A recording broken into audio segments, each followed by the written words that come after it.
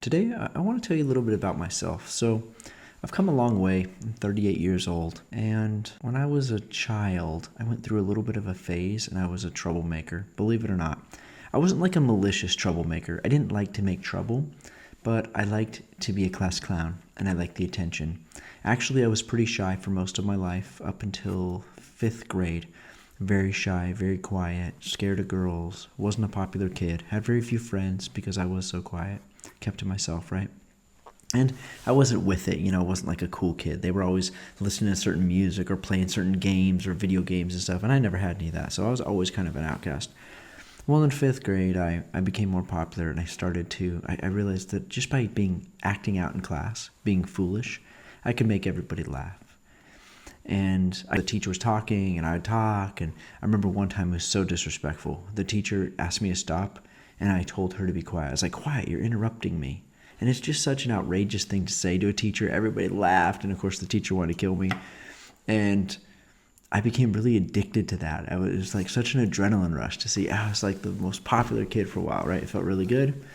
And I started to lose self-control. Like that's all I thought about all the time was acting out in class to get all that attention, to make everybody laugh. And it started to ruin my life. I started getting in real trouble. And where I did it in the beginning for friends, I was getting in so much trouble, I was losing my friends. I was getting removed from classroom. I had to do all of my work in the hallway. I got on the discipline plan. So when everybody went to do this fun thing, I think they went bowling or something, the whole school, I had to stay back with like 3 other bad kids. I'd go out for recess. I had to sit on the line. So it was actually hurting my social life, but I just couldn't stop. I lacked the self-control, okay?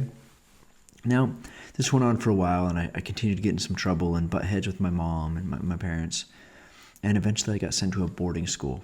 I don't know if you guys have ever seen Harry Potter. Maybe you can't even read that book, okay? It's controversial because it's a school for witchcraft, okay? All right, and that's not why I'm telling you about it. And it's not like dark witchcraft, but, there's no good witchcraft, okay?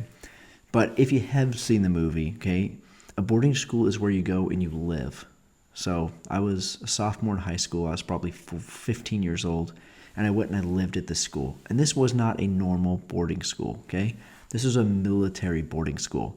This is horrible. My mom, she started showing me the brochures. She showed me co-ed, meaning boy and girl schools, like prep schools, boarding schools. And I was like, man, this looks so fun. And it showed all these pictures of these pretty girls and the guys, and they were on the beach, like in California, playing volleyball and pool. And I thought, man, that's awesome. It looks like a like college experience or something. I'll be out of the house. I'll be free, finally rid of my mom's rules and do whatever I want.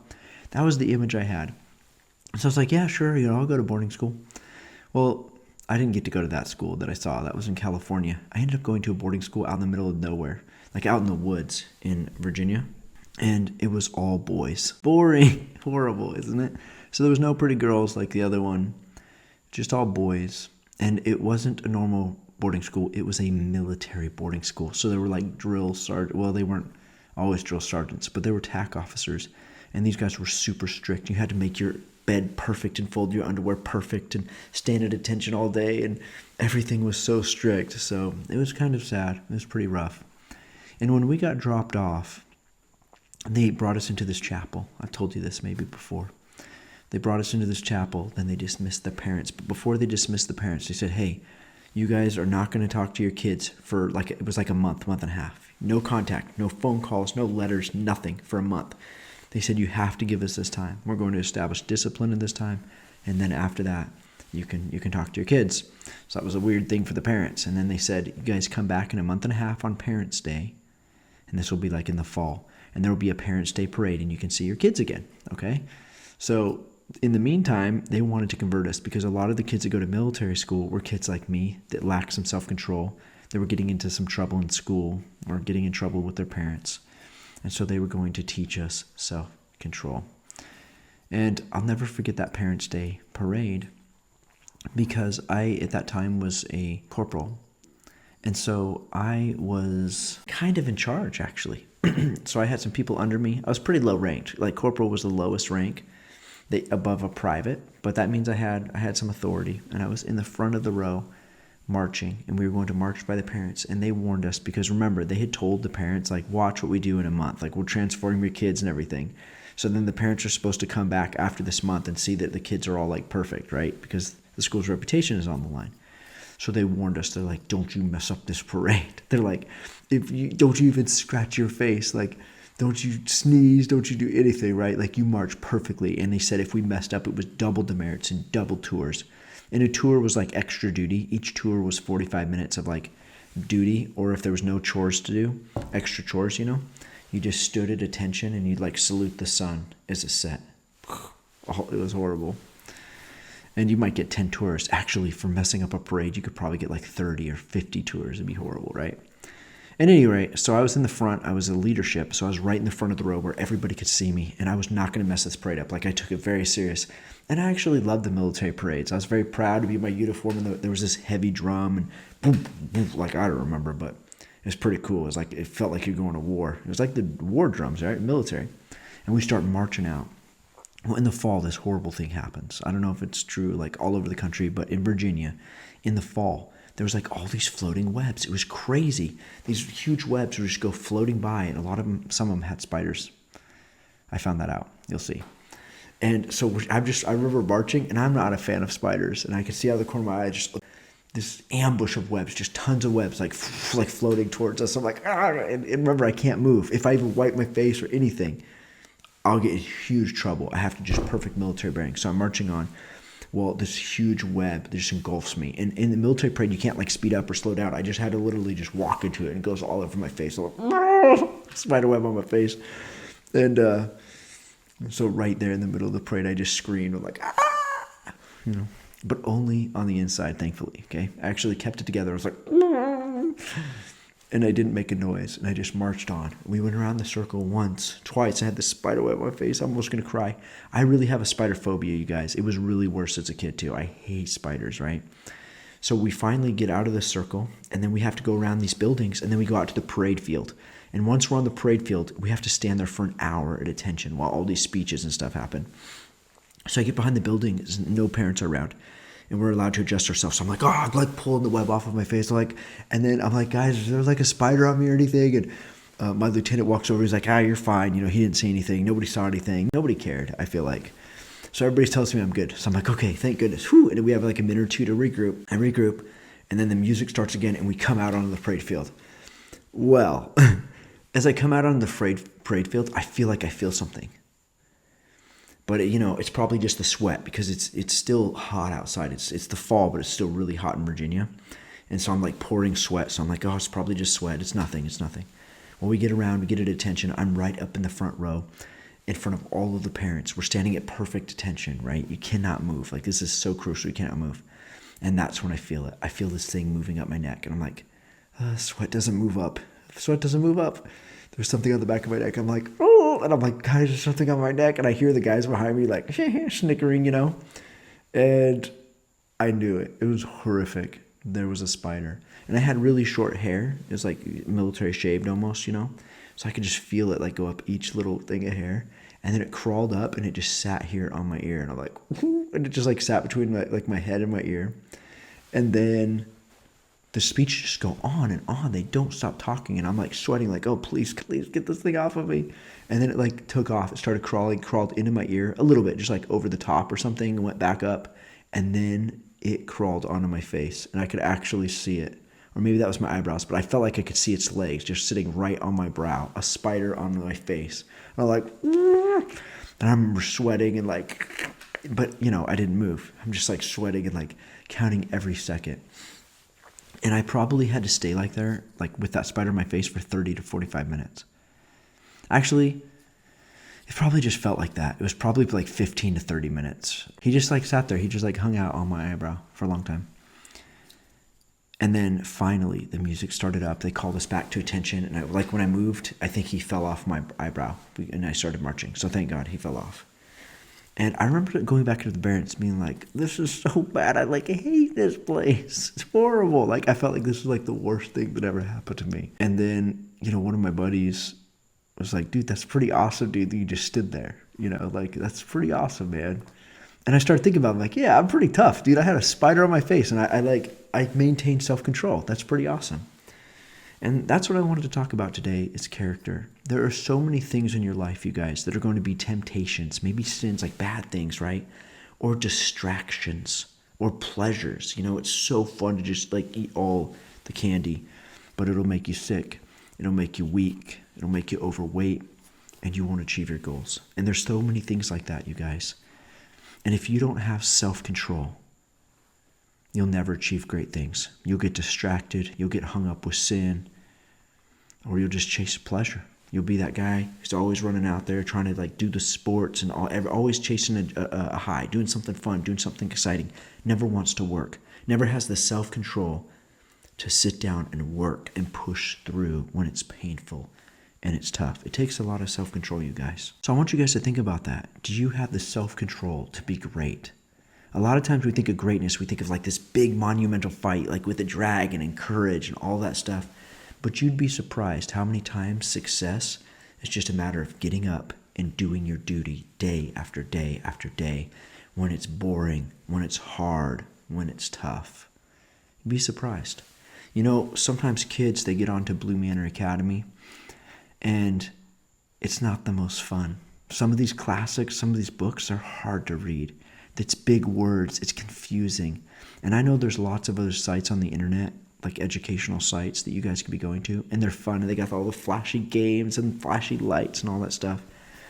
And it's easy to get sucked into that stuff. Okay, it's easy to chase the pleasure, but you have to have self-control.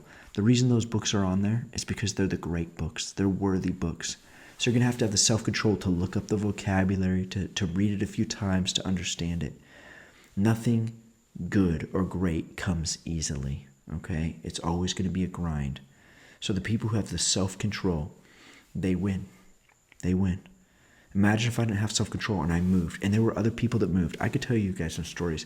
It was a horror show on these military parades. There was another one in the summer, and they weren't floating on the breeze, but we had a summer parade. And there was the whole grass was moving, it felt like. There was just spiders crawling all through the grass. I can't even explain it to you, I promise, okay? Just tons of spiders, and they were just coming towards us. You'd think spiders would run away. It was just the weirdest thing in the world. They were these wolf spiders or something, I don't even know. And I remember seeing a few guys, another parade, I was back, and there was a company in front of us. So I was in the front, but there was another group in front of us. And I remember seeing this one guy, and he thought he was so smart, so he took his undershirt, because we had to wear a big, heavy jacket like this, like a military, dress jacket. And he had cut his undershirt, the sleeves off of his long sleeve undershirt, and he'd cut the bottom off so he didn't have to tuck it in, so it'd breathe, because it was so hot. But that meant nothing was tucked in. And I remember this spider crawling up his pant leg, and then it went onto his back because he didn't have a shirt tucked in. And I just remember him going, woo, And I remember other people, they would move it, and then the instructors, you could just see them, man, after the parade, they'd get those guys, right? And that might have happened to me if I didn't have the self-control with that spider. And that was a real test for me because, like I said, I have a spider phobia, and the spider went on my face. Okay, it's horrible. You'll see that in life. You'll have all these excuses or these legitimate things that will try to hold you up and hold you from your goals if you don't have the self-control, the self-discipline.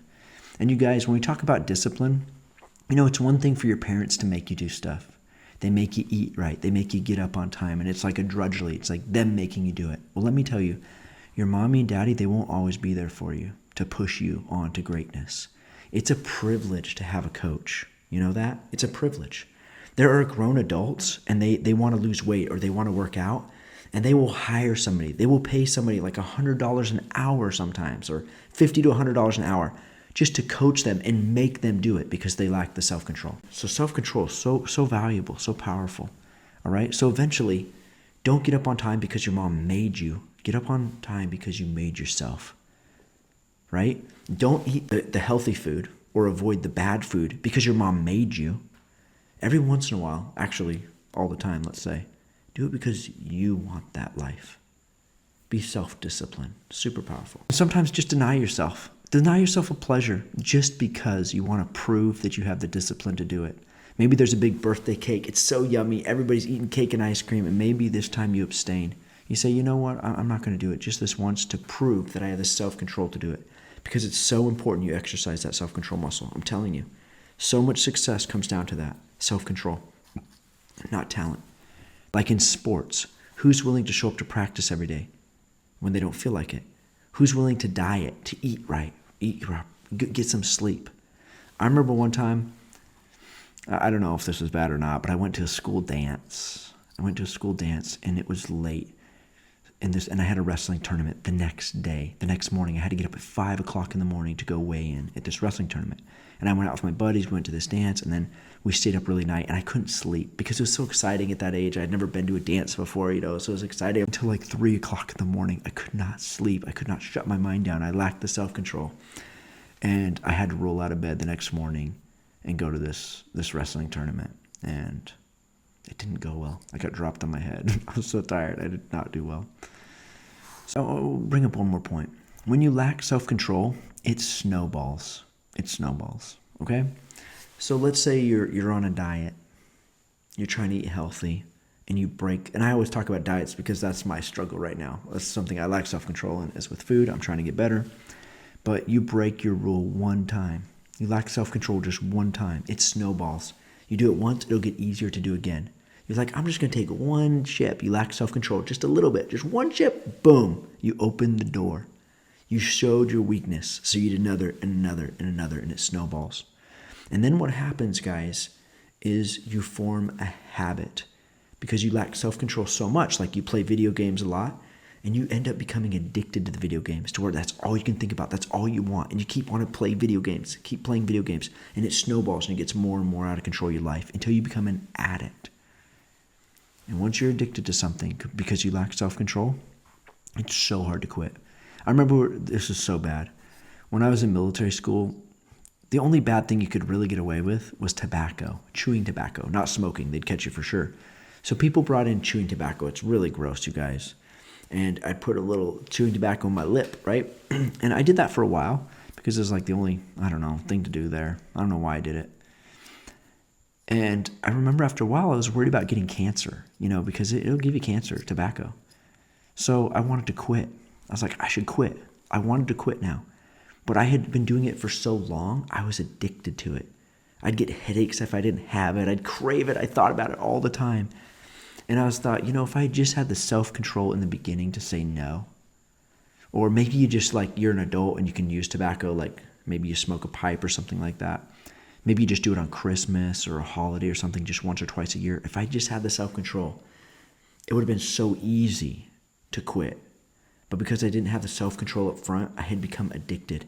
And believe it or not, and I thought I had all this self-control. Believe it or not, it took probably 2 years to quit tobacco. Because I'd quit for a little bit and I'd say, oh, my buddy's doing it. I'll just have a little pinch of tobacco.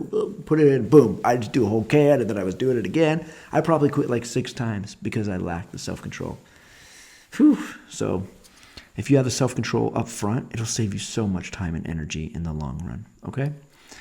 Now, a lot of people wonder, especially parents, so what did you do when you went to military school? How did they give you this self-control?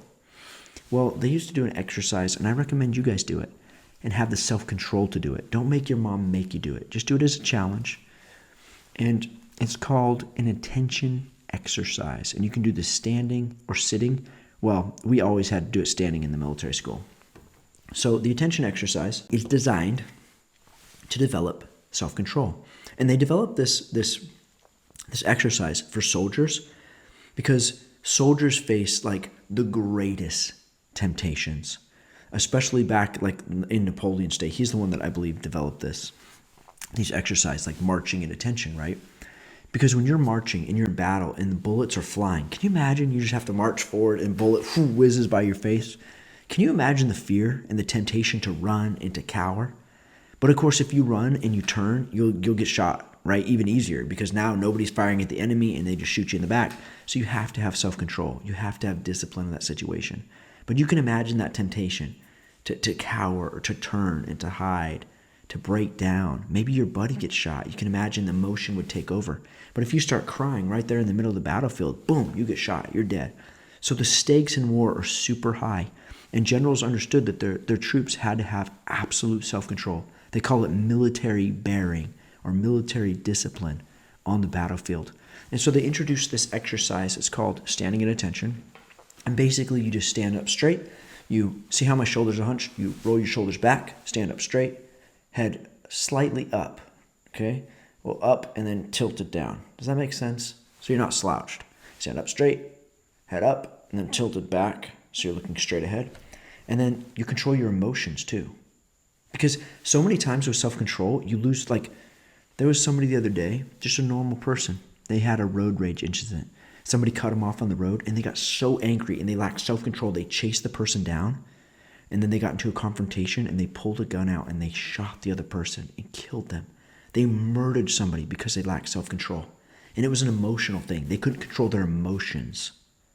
Okay, so when we talk about self-control, it's not just your habits, it's like your emotions, what you feel. You have to learn to control that, right?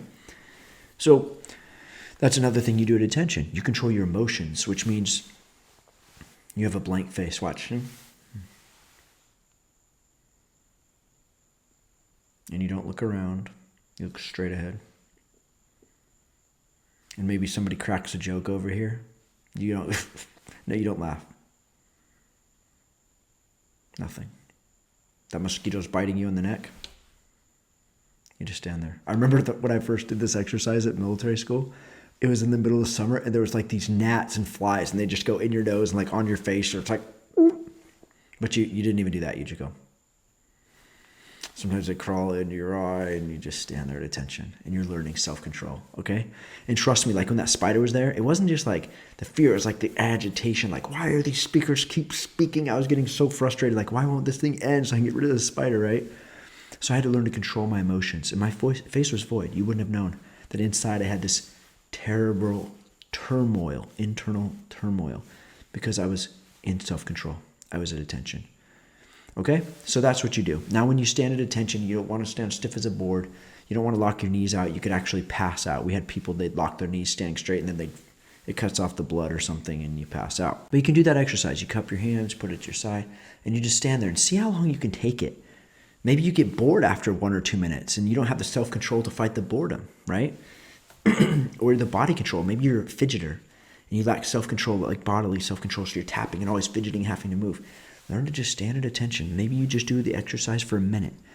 Put a timer on, stand at attention for a minute.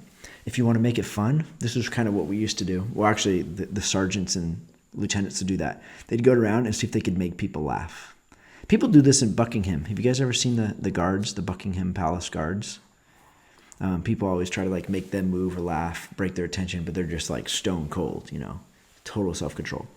But we would sometimes do that, see if we could make like a private laugh. Make him face it over or something, see if he could break. If he snickers, drop, do 50 push-ups. Like, oh, you did it. You made me laugh. Well, that's the way it goes. You failed the exercise, right? So maybe do that with your friends. It's almost like the staring game. Have you guys ever done the staring game where you just sit there and you control your face and the other person's trying to make you laugh and you're just staring? Okay. That's the attention exercise. But guys, just be aware of that. If you don't have self-control, you're weak. You're weak. When you're always sneaking off to eat the chips and the candy, or you gotta sneak that show because you're addicted to it, or you play video games for hours after hours, you lack self-control. And nobody like that achieves greatness in the real world. You think adults who go play video games all night are going to achieve greatness in the world? Accomplish anything? Okay? If you have great goals, you have to have the self-control to do the things necessary to achieve those goals. Does that make sense? Okay. I'm beating a dead horse. All right, guys. Try that attention exercise. Maybe look it up with your parents. Never look anything up on the internet without your parents, okay? But maybe look up like the guards at Buckingham Palace or something. I think that's what they are. And the Royal Guard, right? And try that exercise. See if you can do it. Maybe do it face-to-face with a sibling and see who can last longer. But get your parents, okay? I don't want you guys locking your knees out and passing out, okay? There's no need to do this for hours on end. Just see if you could do it for maybe work up to 5 minutes or something. That'd be pretty cool. The longest I ever had to stand at attention is probably like an hour, which is a long time, by the way. But that was for like a military parade. And all right, guys, I hope you get something out of that, okay? Practice self-control. That's how you achieve your goals.